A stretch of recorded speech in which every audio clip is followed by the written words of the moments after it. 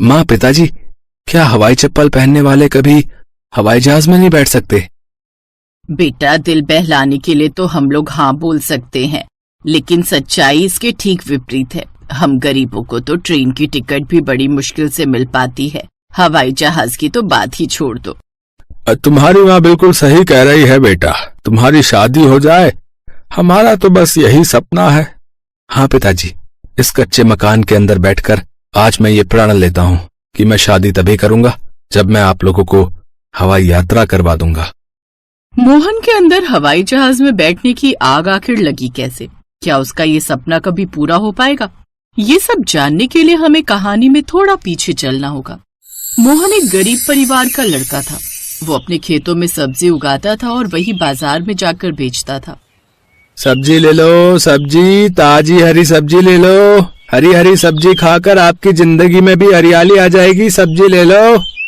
तभी कुछ ग्राहक उसके पास आए। 1 किलो आलू दे दो, थोड़ा धनिया, थोड़ा पुदीना और ये हरी हरी शिमला मिर्च दे दो। जी साहब, अभी देता हूँ। मोहन ने उसे सब्जियां दी। ग्राहक ने उन्हें पैसे दिए और वहां से चले गए। आ जाओ जल्दी, कहीं देर ना हो जाए। ताजी ताजी सब्जियां कहीं आपके हाथों से ना निकल जाएं। ताजी हरी सब्जी ले लो। सब्जी बेचकर शाम को मोहन अपने घर पहुंचा। माँ, आज के बाद आप खाना नहीं बनाओगी, मैं खुद खाना बना लिया करूंगा। अरे बेटा, चिंता वाली कोई बात नहीं है। तेरी माँ की तो ये आदत पड़ गई है, और वैसे भी जब तेरी शादी हो जाएगी तो तेरी माँ को आराम मिल जाएगा। ऐसे ही दिन बीत रहे थे। फिर एक रोज मोहन के घर उसके गांव का ही एक दोस्त पंकज आया। अरे मोहन, सुना है शहर में एक बहुत बड़ी सब्जी मंडी खुली है, कल उसका उद्घाटन है। चल, कल वहीं चलते हैं। वहाँ एक ही दिन में सारी सब्जी बिक जाएगी हमारी। फिर वहां से हमारी सब्जियां दूर दूर शहरों में जाएंगी। ये तूने अच्छी खबर सुनाई पंकज। माँ, पिताजी, कल सुबह मैं पंकज के साथ निकल जाऊंगा। ठीक है बेटा, तू हमारी चिंता मत कर। अगली सुबह मोहन और पंकज शहर निकल गए। मंडी पहुंचते ही बहुत सारे व्यापारियों ने उनकी सब्जी एक साथ ही खरीद ली। दोनों खुशी खुशी वहां से लौटने लगे। तभी रास्ते में उन्हें एक हवाई अड्डा दिखा। दूर से उन्हें जहाज टेक ऑफ करता दिखाई दिया। अरे मोहन, वो देखो हवाई जहाज। मैंने अपनी जिंदगी में पहली बार इतनी करीब से हवाई जहाज को लैंड होते हुए देखा है यार। चल, फोटो खिंचवा लेते हैं जल्दी। अरे तुम दोनों हटो यहाँ से। इन गांव वालों से मैं तंग आ चुका हूँ। हवाई जहाज में बैठने की औकात नहीं, फोटो खींचकर ही गांव में बड़ी बड़ी हाँकने के लिए फोटो खिंचवाने आ जाते हैं। चलो। चाचा, तुम तो ऐसे बोल रहे हो जैसे ये हवाई अड्डा तुम्हारा ही है। अरे चलो हटो यहाँ से, मुझे तुम जैसे गवारों से बात ही नहीं करनी है। चाचा, तुम हमारी कुछ ज्यादा ही बेइज्जती कर रहे हो। वक्त कब बदल जाए कुछ कहा नहीं जा सकता। अरे तुम्हारे जैसे बहुत सारे लौंडे गांव से यहाँ चले आते हैं और बड़ी बड़ी बातें करते रहते हैं। चलो भागो यहाँ से। अरे चलो यार मोहन, इनसे बहस मत करो। पंकज, मैं आज इसी वक्त ये प्रण लेता हूँ कि मैं अपनी औकात इतनी बड़ी बनाऊंगा कि मैं एक दिन इस हवाई जहाज में बैठूंगा और इन गार्ड चाचा से जरूर मिलूंगा एक बार। खैर, दोनों लोग अपने गांव वापस आ गए। उसने इस बारे में अपने माता पिता से भी बात की। माँ, पिताजी, क्या हवाई चप्पल पहनने वाला इंसान हवाई जहाज में नहीं बैठ सकता? बेटा, दिल बहलाने के लिए तो हम लोग हाँ बोल सकते हैं, लेकिन सच्चाई इसके ठीक विपरीत है।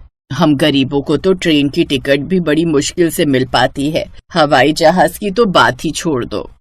तुम्हारी माँ बिल्कुल सही कह रही है बेटा। हम लोग आज तक ट्रेन के सेकंड क्लास में भी नहीं बैठ पाए, हवाई जहाज की तो बात ही छोड़ दे। इतने बड़े सपने मत देखो बेटा जो कभी पूरे ना हो पाए। तेरी अच्छी जगह शादी हो जाए, हमारे लिए तो यही एक सपना है। माँ, पिताजी, इस कच्चे मकान के अंदर बैठकर आज मैं ये प्रण लेता हूँ कि मैं शादी तभी करूंगा जब आप लोगों को मैं हवाई जहाज यात्रा करवा दूंगा। अब मोहन ने ठान लिया था कि वो एक दिन बहुत बड़ा आदमी बनेगा। उसने अपने खेतों में ही लकड़ी की एक बहुत बड़ी दुकान बना ली। तभी वहां से पंकज निकला। अरे ये क्या बात कर रहे हो मोहन? पंकज, अगर बहुत बड़ा बनना है तो अपने काम को अलग ढंग से करना होगा और पूरी दुनिया को दिखाना होगा। अगर मेरे काम को पूरी दुनिया नहीं देख पाएगी तो मैं हवाई जहाज में कभी नहीं बैठ पाऊंगा। अभी तक तेरे अंदर हवाई जहाज में बैठने वाली आग शांत नहीं हुई रे, लेकिन तू करने क्या वाला है इसके लिए रे? पंकज, आजकल सोशल मीडिया का जमाना है। मैंने लकड़ी का एक ढाबा बना लिया है। मैं सब्जी बेचने का तरीका कुछ बदलने वाला हूँ।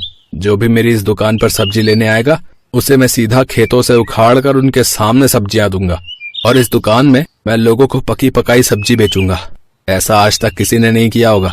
जैसे किसी को अगर कच्ची आलू चाहिए तो कच्ची मिलेगी, किसी को उबली हुई आलू चाहिए तो वो भी मिल जाएगी, किसी को मटर चाहिए तो वो भी मिल जाएंगे, छिले हुए मटर चाहिए तो वो भी मिल जाएंगे, और अगर उबले हुए मटर चाहिए तो वो भी मिल जाएंगे।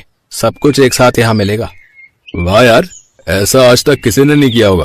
पहली बात तो सीधा खेतों से उखाड़ कर तू सब्जी बेचेगा, इससे लोगों का भरोसा तुझ पर बहुत बढ़ जाएगा। और कुछ आलसी लोग हैं जिन्हें उबली हुई आलू, उबली हुई सब्जियां मिल जाएंगी तो धंधा बहुत चल पड़ेगा यार। और सिर्फ इतना ही नहीं, तू भी इसमें मेरा साथ देगा। मैं इधर अपनी दुकान चलाऊंगा और तू दूर खड़ा होकर वीडियो बनाता रहेगा। हर दिन जो भी घटनाएं यहाँ पर होंगी वो सब कुछ सोशल मीडिया पर अपलोड करेंगे। मैं गाना गाते हुए, डांस करते हुए सब्जी बेचूंगा, कुछ गरीबों को फ्री में भी सब्जी दे दिया करूंगा। ये सब चीजें लोगों को खूब पसंद आएंगी और कुछ ही दिनों में हम लोग वायरल हो जाएंगे। मोहन की मेहनत रंग लाई और कुछ ही दिनों बाद उसके खेत में भीड़ लगने लगी। 2 साल में ही सोशल मीडिया पर वो वायरल हो गया। फिर एक रोज दुबई के एक शेख ने मोहन को फोन किया। अल हबीबी, वेलकम टू दुबई। मोहन, तुम्हारे जैसे सब्जी वाले तो मैंने पूरी दुनिया में नहीं देखा भाई, जो सीधा खेतों से उखाड़ कर सब्जी बेचता हो। उई उई, तुम तो रातों रात वायरल हो गई। मैं तुम्हें टिकट बेचती, तुम कल ही दुबई आती और यहाँ भी तुम्हारी बहुत डिमांड बढ़ जाती। शेख साहब, मुझे दुबई घूमने का कोई शौक तो नहीं है, लेकिन अगर आप बुला रहे हैं तो मैं अकेले नहीं आऊंगा, बल्कि अपने माँ बाप और अपने खास दोस्त जो मेरा कैमरामैन है उसे भी लेकर आऊंगा। ओए ओए, ये तो ठीक है। मैं तुम चारों के टिकट, पासपोर्ट, वीजा सबका इंतजाम करती। कुछ ही दिनों में तुम दुबई आती और हम तुमसे मिलती। कुछ महीनों बाद मोहन अपने माता पिता और पंकज को लेकर एयरपोर्ट पर पहुंच गया। वहां पर उसे वही गार्ड मिला। सलाम साहब, आपका सामान पकड़ लूं? चाचा, तुमने भले ही मुझे नहीं पहचाना, लेकिन मैंने आपको पहचान लिया। याद है कुछ सालों पहले हम दोनों यहाँ पर फोटो खिंचवा रहे थे तो आपने हम दोनों की बेइज्जती करके यहाँ से भगा दिया था। मैंने उसी दिन फैसला कर लिया था कि मैं आपसे दोबारा मिलूंगा जरूर, लेकिन अपनी औकात बदलकर। इतना बोलकर मोहन अपने दोस्त और परिवार को लेकर हवाई जहाज के अंदर चला गया। हवाई जहाज के अंदर पहुंचते ही, अब बेटा, हमने तो कभी सपने में भी नहीं सोचा था कि हम कभी हवाई जहाज में बैठेंगे। बेटा, तू लाखों लोगों के लिए प्रेरणा है। अगर जिगर में आग हो तो कोई भी सपना बड़ा नहीं होता। अब तो तू शादी करेगा ना? बिल्कुल माँ। दुबई पहुंचते ही शेख साहब ने मोहन के परिवार का भव्य स्वागत किया। वहां पर मोहन ने बहुत सारे ब्रांड्स के लिए फोटोशूट करवाया, जिसके बदले उसे करोड़ों रुपए मिले। कुछ दिनों बाद वो वापस इंडिया आ गया और धूमधाम से उसकी शादी हो गई। अब मोहन को बड़े बड़े ब्रांड्स फोटोशूट के लिए बुलाते हैं, जिसका मोहन करोड़ों लाखों रुपए चार्ज करता है।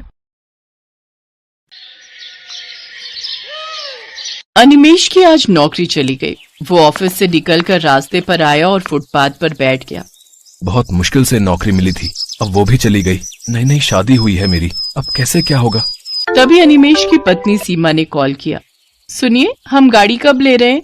गाड़ी? अभी तुम्हें गाड़ी क्यों चाहिए? मेरी सहेली ने नई गाड़ी खरीदी है, बहुत सुंदर है, मुझे भी एक गाड़ी चाहिए। सीमा, हमारे पास उतने पैसे नहीं हैं, मैं कहाँ से गाड़ी खरीदूं? मुझे कुछ नहीं पता, मुझे नई गाड़ी चाहिए चाहिए चाहिए चाहिए।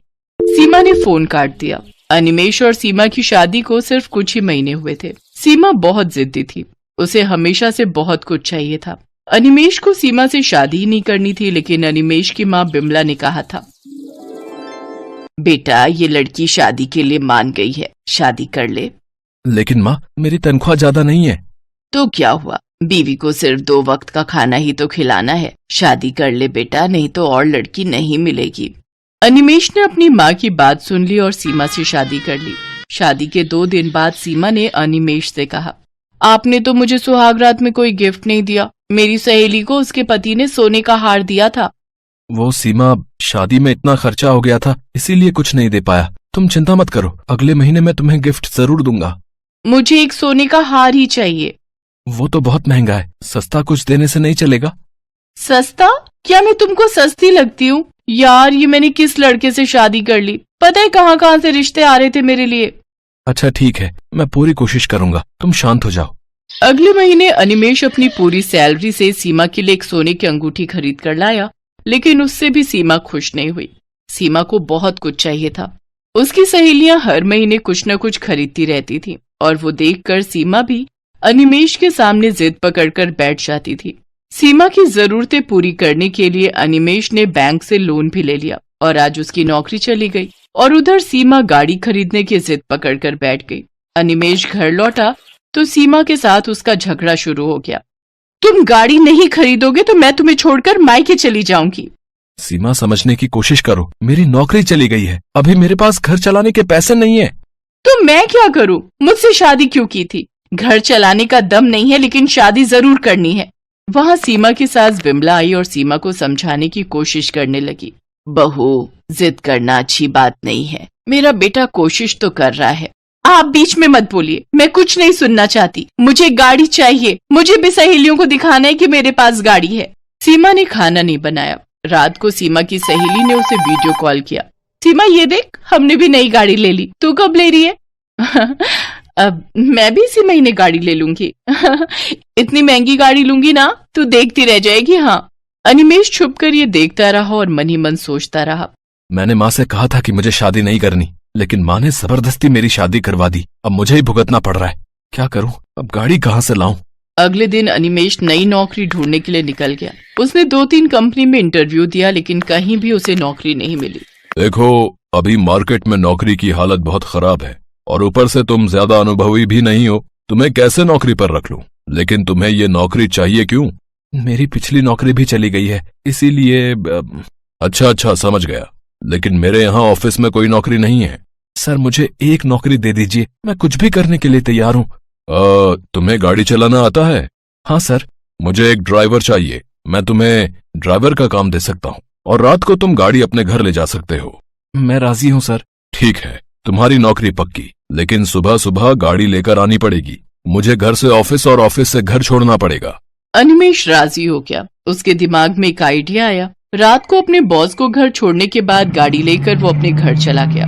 गाड़ी देखकर सीमा खुशी के मारे नाचने लगी। अरे वाह, कितनी बड़ी गाड़ी है, कितनी सुंदर है। हाँ सीमा, तुम कब से गाड़ी खरीदना चाहती थी ना, इसीलिए आज गाड़ी खरीदी लाया। हमारी पहली गाड़ी। बहुत सुंदर है। बेटा, तुझे नई नौकरी मिल गई है क्या? हाँ माँ, इसीलिए तो गाड़ी खरीद ली। चलिए, आप दोनों गाड़ी में बैठ जाइए। माँ और बीवी को गाड़ी में बिठाकर अनिमेश शहर के रास्तों में घूमने लगा। उसने अपनी माँ और बीवी से झूठ कहा। सीमा अपनी सहेलियों को वीडियो कॉल में गाड़ी दिखाने लगी। ये देख, कितनी बड़ी गाड़ी है, कितनी सुंदर है और बहुत महंगी भी है।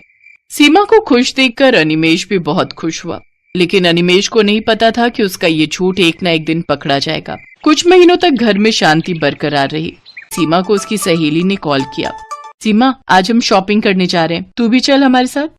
ठीक है, मैं गाड़ी लेकर आती हूँ। सीमा गाड़ी लेकर चली गई। उधर अनिमेश का बॉस ऑफिस जाने के लिए तैयार होकर बैठा रहा। अरे, अभी तक तो अनिमेश को गाड़ी लेकर आ जाना चाहिए था, वो आया क्यों नहीं? बॉस ने अनिमेश को कॉल किया। अनिमेश नींद से उठा और देखा गाड़ी गायब है। माँ, गाड़ी कहाँ गई? वो तो बहू लेकर चली गई है बेटा, तू आज बस से ऑफिस चला जा। अरे यार, अब इन्हें कैसे बताऊं कि ये गाड़ी ही मेरा ऑफिस है। बॉस ने अनिमेश को बहुत डांटा और कहा, तुम्हारी वजह से आज मैं ऑफिस नहीं जा पाया। मैं तुम्हें नौकरी से निकाल रहा हूँ। आज शाम को गाड़ी लेकर आना और रख के जाना। दोपहर को सीमा गाड़ी लेकर लौट आई और तभी बैंक से कुछ लोग आ गए। अनिमेश कौन है यहाँ? मैं हूँ। क्या बात है? बैंक का लोन नहीं चुकाया तुमने? ये तुम्हारी गाड़ी है ना, हम इसे लेकर जा रहे हैं।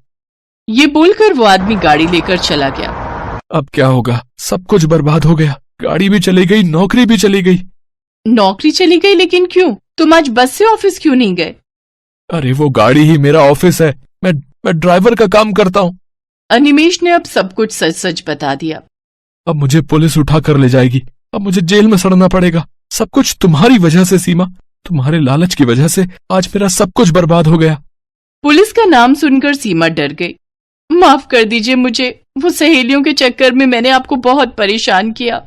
बहू, तुम इस घर की बहू हो। बहुओं का काम होता है घर को सुरक्षित रखना, लेकिन तुम्हारी वजह से आज सब कुछ बिखर गया। सीमा को अपनी गलती समझ में आ गई। उसने सारे जेवर बेच डाले और उससे बैंक का लोन मिटाकर गाड़ी छुड़ा लाई। अनिमेश बॉस के घर गाड़ी लौटाने गया। सीमा भी उसके साथ गई और बॉस से माफी मांग ली।